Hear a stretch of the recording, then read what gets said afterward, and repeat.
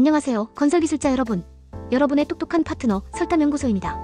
오늘 우리는 건설 현장에 숨겨진 보물찾기, 바로 표준품셈에 대한 이야기를 나누어 볼 건데요. 특히 2025년 표준품셈에 새롭게 등장할 하수관거 CCTV 조사 품셈에 대해 파헤쳐보고 현장에서 마주하는 현실적인 문제들과 그 해결책을 함께 고민해보려고 합니다. 이 영상을 통해 여러분은 단순한 정보 습득을 넘어 실제로 현장에서 적용할 수 있는 유익한 노하우를 얻어가실 겁니다. 자, 그럼 지금부터 흥미진진한 표준품셈의 세계로 함께 떠나볼까요? 먼저 2025년 표준품셈 2-4-11 879페이지에 명시된 하수관거 CCTV 조사 품셈에 대해 심층적으로 살펴보겠습니다. 이 품은 단위 1엔 기준으로 신설관과 기존관의 일일, 시공량이 매우 명확하게 구분되어 있습니다. 여기서 많은 분들이 궁금해하실 텐데요. 왜 신설관과 기존관의 시공량에 이렇게 유의미한 차이가 발생할까요? 그 이유는 아주 간단합니다. 기존관은 오랜 시간 사용되면서 내부에 퇴적된 이물질이나 토사, 그리고 뿌리 침투 등으로 인해 오염도가 높습니다. 이러한 환경에서는 자주식 촬영 장치가 원활하게 조사를 진행하기가 매우 어렵습니다. 반면 신설관은 내부가 깨끗하여 작업 효율이 월등히 높아지는 것이죠. 따라서 기존관은 신설관에 비해 작업 효율이 떨어질 수밖에 없어 시공량이 적게 책정되어 있습니다.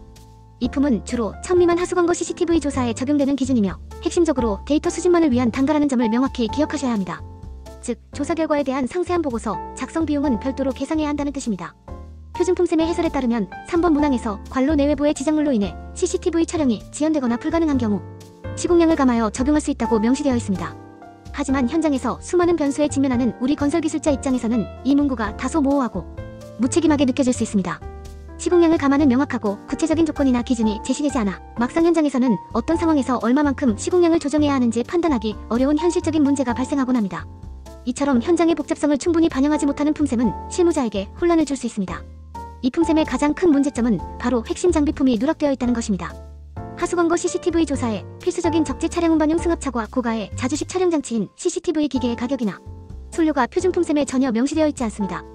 새로운 공법과 기술이 도입되면서 관련 단가들이 계속해서 만들어지고 있지만 정작 그 단가를 뒷받침해야 할 기본 백데이터가 현장의 빠른 변화 속도를 따라가지 못하고 있는 것이 안타까운 현실입니다. 혹시 여러분 중에 2025년 표준품셈에서 CCTV 장비와 적재 차량, 즉 승합차의 기계경비나 기계 가격 또는 운전경비를 샅샅이 찾아보신 분이 있으신가요? 아마 아무리 찾아도 찾기 어려우셨을 겁니다. 왜냐하면 아직까지는 해당 내용이 명확하게 반영되어 있지 않기 때문입니다. 없는데 어떻게 현장에서는 이런 단가들을 만들어 사용하고 있는지 궁금증이 커지실 겁니다. 바로 이 지점에서 설담연구소가 여러분의 든든한 조력자가 되어드리는 이유가 드러납니다. 보통 현장에서 공중에 없는 새로운 단가를 만들 때 관련 근거가 없으면 수많은 자료를 찾아 헤매고 관계기관에 문의하느라 하루 종일 귀중한 시간을 낭비하게 됩니다. 저 역시 과거에는 그런 비효율적인 과정을 수없이 반복했습니다. 하지만 이제 여러분은 그럴 필요가 전혀 없습니다. 설담연구소가 공신력 있는 근거 자료를 찾아내고 이를 현장에 합리적으로 준용하며 응용하는 방법을 명확하고 체계적으로 제시해드립니다. 어떻게 새로운 단가를 합법적이고 논리적으로 만들어 현장에 적용할 수 있는지 상세하고 실질적인 노하우를 함께 확인해 보도록 하겠습니다. 여기서 우리가 가져야 할 중요한 마음가짐이 있습니다. 현재 여러분이 공중에 없는 신규 단가를 직접 만들고 있는 설계자이자 현장 실무자라고 가정하고 이 과정을 함께 진행해 보겠습니다. 여러분은 단순히 남이 만들어 놓은 단가를 수동적으로 보고 베끼는 것이 아니라 직접 현장에서 필요한 단가를 창조하고 개선하는 능동적인 시공 엔지니어라는 생각으로 접근하셔야 합니다. 우선 관련 근거 자료를 찾아야 하는데 가장 확실하고 신뢰할 수 있는 것은 정부기관에서 공식적으로 발행하거나 등록한 자료들입니다. 예를 들어 표준품셈 내에서도 특별인부와 보통인부의 단가는 매년 공표되는 시중 노인단가에서 비교적 쉽게 확인할 수 있습니다. 문제는 바로 자주식 촬영 장치와 적재 차량처럼 특정 장비에 대한 세부적인 품의 근거를 찾는 것입니다. 대한민국에는 건설, 전기, 통신 등 수많은 분야의 표준품셈이 존재하며 그 방대한 자료 속에서 내가 필요한 하위 근거 자료를 정확히 찾아내는 것은 결코 쉬운 일이 아닙니다. 실제로 많은 건설 기술자들이 이 과정에서 엄청난 시간과 노력을 허비하곤 합니다. 저 또한 수많은 자료를 찾아 헤매고 여러 경로를 통해 정보를 수집하면서 우리 설담연구소 회원님들에게 어떤 자료를 활용하여 현장의 합리적인 적용 방법을 알려드릴까 깊이 고민하다가 마침내 해결책을 찾았습니다. 단가 설계를 위한 자료를 찾을 때는 매우 중요한 원칙이 하나 있습니다. 특별한 사정이 없는 한 정부에서 공식적으로 인정하고 등록된 기관의 자료를 활용하는 것이 가장 합리적이고 신뢰도를 높일 수 있는 방법입니다. 표준품셈에는 분명 내가 필요한 품이 명시되어 있지만 그 품을 구성하는 하위 근거 자료의 특정 장비의 가격이나 손료를 찾지 못하는 경우가 생각보다 자주 발생합니다. CCTV 조사 단가가 바로 그런 경우의 대표적인 예입니다. 이런 경우에는 어떻게 해야 할까요? 바로 다른 공신력 있는 기관의 근거 자료를 활용하여 준용하면 됩니다.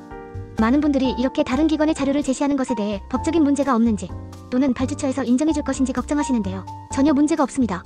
예를 들어 종합물과정보와 같은 자료는 대한민국 정부기관에서 시행하는 공사비 산정의 약 99%를 대표적으로 명시해둔 공신력 있는 자료이기 때문에 이를 활용하는 것에 아무런 문제가 없습니다. 오히려 감독관이 이 자료를 인정하지 않는다면 그 감독관이 해당 내용이나 관련 규정을 제대로 파악하지 못하고 있는 것일 수 있습니다.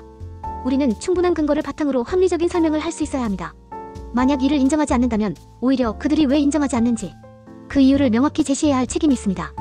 이제 실제로 신기술 품셈을 활용하여 누락된 장비품의 해결책을 찾아보겠습니다. 놀랍게도 필요한 정보는 신기술 품셈 453페이지에 명확하게 명시되어 있습니다.